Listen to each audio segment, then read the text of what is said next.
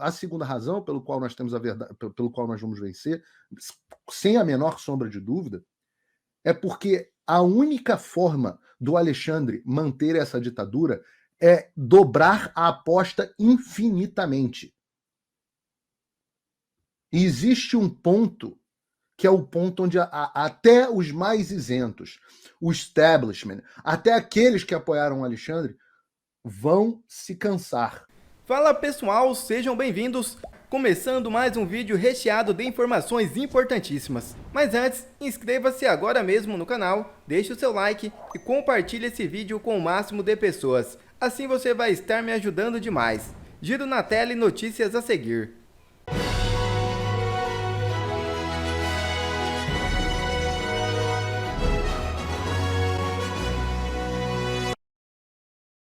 Ex-secretário de Trump revela como o Tribunal da Censura agiu contra Bolsonaro.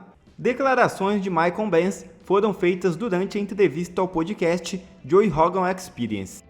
O norte-americano Michael Benz, que foi chefe da divisão de informática do Departamento de Estado durante o primeiro governo Trump, revelou como foi instituído um Tribunal da Censura contra o então presidente Jair Bolsonaro.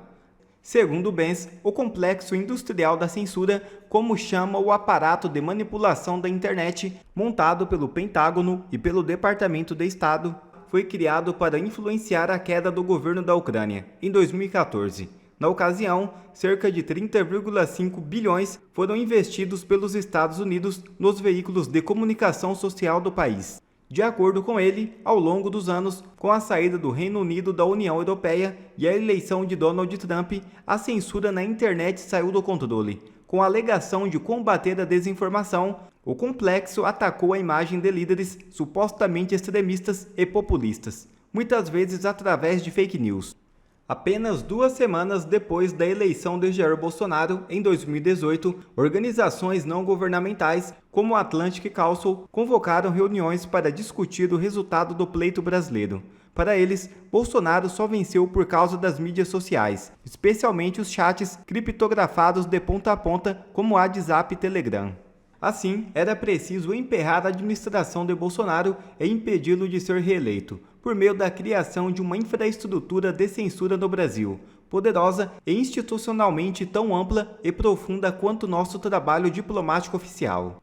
Um dos órgãos integrantes do complexo da censura é a organização Designer for Democracy, que passou a cooperar com o ministro Alexandre de Moraes do Supremo Tribunal Federal. O juiz é o relator do inquérito das fake news na corte.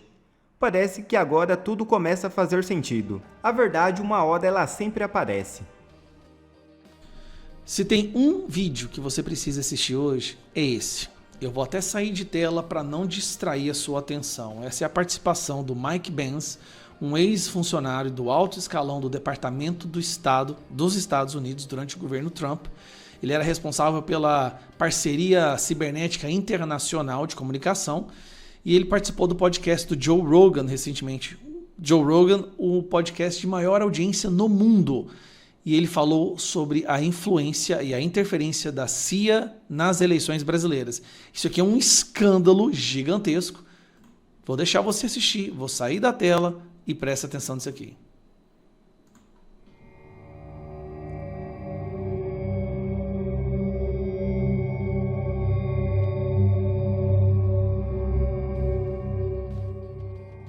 The DNC side of the economics until Ukraine in 2014. That was when there became a bipartisan consensus on the need to effectively go to war and launch this big energy sanctions operation against Russia. That's who's running that CEPS program. It's both sides of the political aisle, but both of them hate Trump. Both of them hate populists, whether it's the U.S. with Trump, Bolsonaro in Brazil, and again, the whole suite of EU countries that we just talked about. And they descended on Brazil just 2 weeks after Bolsonaro was elected in 2018. The Atlantic Council and NED held all these meetings about how Bolsonaro only won because of basically social media and end-to-end encrypted chats like WhatsApp and Telegram, and that we need to basically stop Bolsonaro's presidency in its tracks and stop him from getting reelected by creating a censorship infrastructure in Brazil that is powerful and institutionally as wide and deep as our other diplomatic work. So NDI, which I should note, Hunter Biden was on the chairman's advisory board of NDI, the DNC CIA wing. So if anyone is a little curious as to why the CIA intervened on the Justice Department investigation, folks remember the IRS wanted to question Kevin Morris, Hunter Biden's lawyer, who paid his taxes for 5 years, and then the CIA intervened and told them, do not look into who is funding Hunter Biden. I find it curious that the CIA's DNC branch, Hunter Biden was on the chairman's advisory board. But so NDI sets up this sprawl of coalitions called D4D, Design for Democracy. And Design for Democracy, in tandem with this CEPS program, goes on to work with the censorship court, de Moraes, the censorship Voldemort on their TSE court. It's basically the election management and censorship body of their Supreme Court. This is the guy who has gone to war with Elon Musk.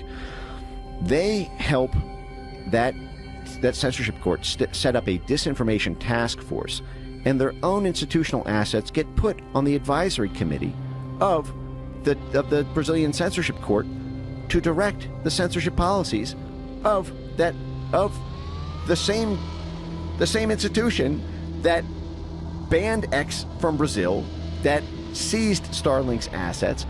They worked with the universities, the FGV DAP, and other very significant Brazilian universities. They set up disinformation centers in there and got academic thought leadership published in Brazil about the need to pass anti-misinformation laws. Their own NDI fellows and operatives were publicly testifying to the Brazilian parliament on the need to pass these laws. They were publicly speaking to the prosecutors association groups in Brazil, telling them they need to prosecute misinformation on this. They were funding millions of dollars to Brazilian media institutions to promote internet censorship and to promote the banning effectively of any pro-Bolsonaro content on social media or on end-to-end encrypted chats. The USAID then kicked in millions of dollars of funding to Internews, which is another U.S. government-funded media projection arm, to promote media literacy programs, information integrity programs, countering mis and disinformation programs in Brazil. So at every level, Brazilian media companies, they partner with Globo, for example, the largest media outlet in Brazil. The media institutions, the universities and thought leaders, the politicians, the judges, it was full spectrum. It was the same thing that we do when we try to regime change a country. By the way, this is in USAID's charter. This is one of the reasons they're able to get away with this. In USAID's charter, it allows USAID to capacity build assets to do so-called judiciary reform, which means influencing the laws and the structure of the judges, and to be able to have our foreign aid money get laws passed or get structural changes made to the court system there. And this is what CEPS did. This State Department CIA front censorship organization, they developed a strategy they called EMBs, election management bodies, which is basically focusing in on the court system of different countries that are in charge with adjudicating elections, in order to get them to grow a censorship capacity to censor the ability for people to question their elections. And they've had all these stakeholder meetings. Some of them are really funny. Some of them, they said, well, some of our EMB partners didn't want to actually, didn't think they could pull this off. They couldn't convince the other political stakeholders in their country to grow this censorship capacity. And they advised them about how they could cleverly use rhetoric to disguise the programs. Don't call it a counter-disinformation program if you think that'll ruffle too many feathers. Instead, simply call it strategic communications. And because every government agency has some sort of public affairs branch, some sort of communications capacity. Simply say that this is for monitoring and engaging in strategic communications, and then you can mass flag the accounts of the U.S. State Department's political opponents they want to stop from winning the election. Jesus.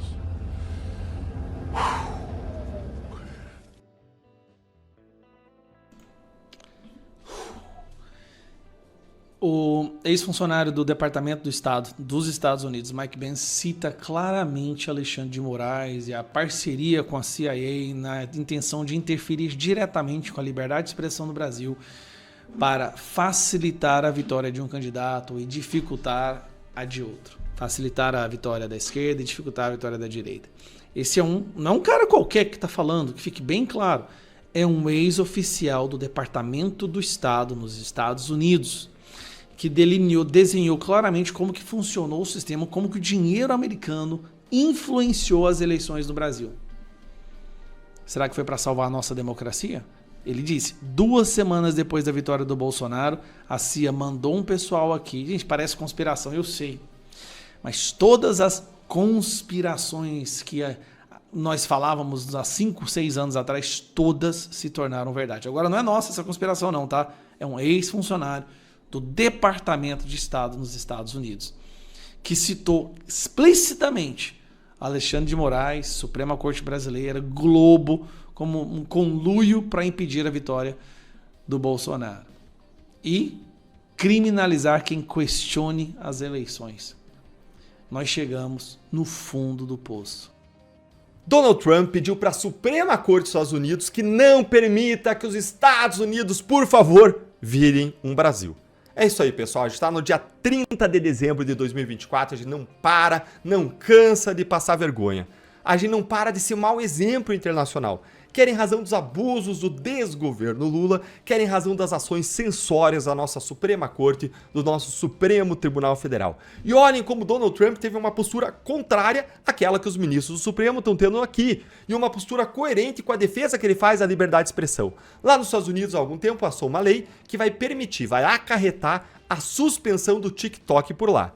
E o TikTok, como vocês sabem, ele é de titularidade de uma empresa chinesa. E existe aí toda uma rivalidade entre Estados Unidos e China, inclusive sobre comunicações, sobre riscos que existem de espionagem, sem nem falar a guerra comercial que existe entre Estados Unidos e China. E ainda assim, o Donald Trump compareceu perante a Suprema Corte dos Estados Unidos com uma petição pedindo que a Suprema Corte não permita o banimento do TikTok e, adivinhem, mencionou o Brasil como um mau exemplo que não deve ser seguido. Dá uma olhadinha aqui, o Samuel Puncher, ele postou sobre isso ontem nas redes sociais e ele trouxe 2 prints da petição que o Donald Trump ofereceu nos Estados Unidos. Eu quero mencionar aqui para vocês, vale a pena você olhar, porque se você, como eu, se importa com a liberdade de expressão no Brasil, com a censura, essas preocupações que o Donald Trump expressou por lá, valem para nós aqui no Brasil. Elas se aplicam para nós, elas expressam a nossa angústia. Eu vou fazer aqui uma livre tradução,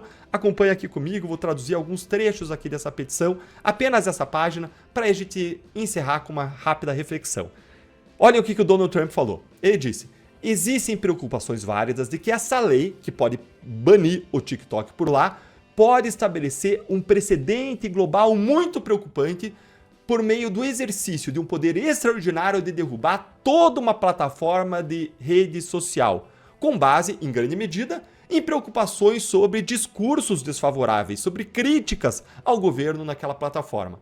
Talvez não coincidentemente, logo depois que essa lei foi aprovada nos Estados Unidos, uma outra grande democracia do mundo, do Ocidente, o Brasil, derrubou outra rede social inteira, outra plataforma inteira de rede social, o X, anteriormente conhecido como Twitter, por mais de um mês, aparentemente baseado no desejo do governo, presta atenção, aparentemente baseados no desejo do governo de suprimir discurso político desfavorável, críticas, sejam ao governo Lula, sejam críticas ao Supremo Tribunal Federal. E aí ele segue aqui com uma reflexão parecida, dizendo que essa lei que foi aprovada lá e que permitiria o banimento do TikTok exercita um poder extraordinário, o poder de efetivamente derrubar toda uma plataforma de rede social com mais de 170 milhões de usuários domésticos, com base em grande parte na preocupação do governo sobre discurso desfavorável dentro daquela plataforma. E aí ele diz: o exercício desse poder traz um risco de estabelecer um precedente global que é muito preocupante, de modo ainda que sem querer, de modo ainda que inadvertente. poucos meses depois dessa lei ter sido passada nos Estados Unidos, o Brasil, uma democracia ocidental com mais de 216 milhões de pessoas, derrubou a plataforma X, o antigo Twitter, dentro das suas fronteiras por mais de um mês. E aí ele descreve aqui rapidamente a briga que teve, o conflito que teve entre um juiz, um oficial, como eu chamo aqui, um ministro do Supremo Tribunal Federal, e o Twitter, porque na leitura do Twitter, o ministro do Supremo estava determinando a derrubada, a censura de perfis críticos ao governo. E aí ele traz essa controvérsia e fala que o Supremo, de outro lado, alegava que existiria uma rede de milícias digitais que traria ameaças contra os ministros do Supremo.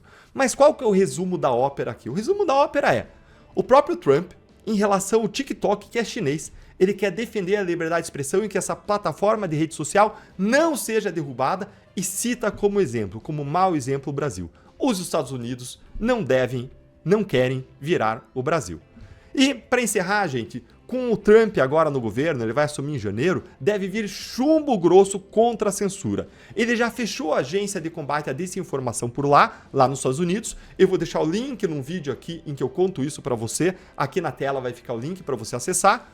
E vou deixar também na descrição. E ainda vai sobrar para o Alexandre de Moraes, com certeza.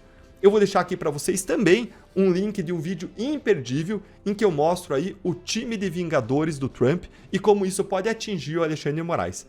Não vamos perder essa guerra por dois motivos. O primeiro deles, nós temos a verdade do nosso lado. E a verdade, com V maiúsculo, é poderosíssima. Cristo é a verdade. E nós temos a verdade dos fatos, a realidade do nosso lado. Então, quando eu sento e eu digo assim, eu sou a censura encarnada do Brasil, eu sou um jornalista com passaporte cancelado, é inegável. Ninguém tem como contestar isso. Ô, Paulo. Então, a segunda razão pelo qual nós temos a verdade, pelo qual nós vamos vencer, sem a menor sombra de dúvida, é porque a única forma do Alexandre manter essa ditadura é dobrar a aposta infinitamente.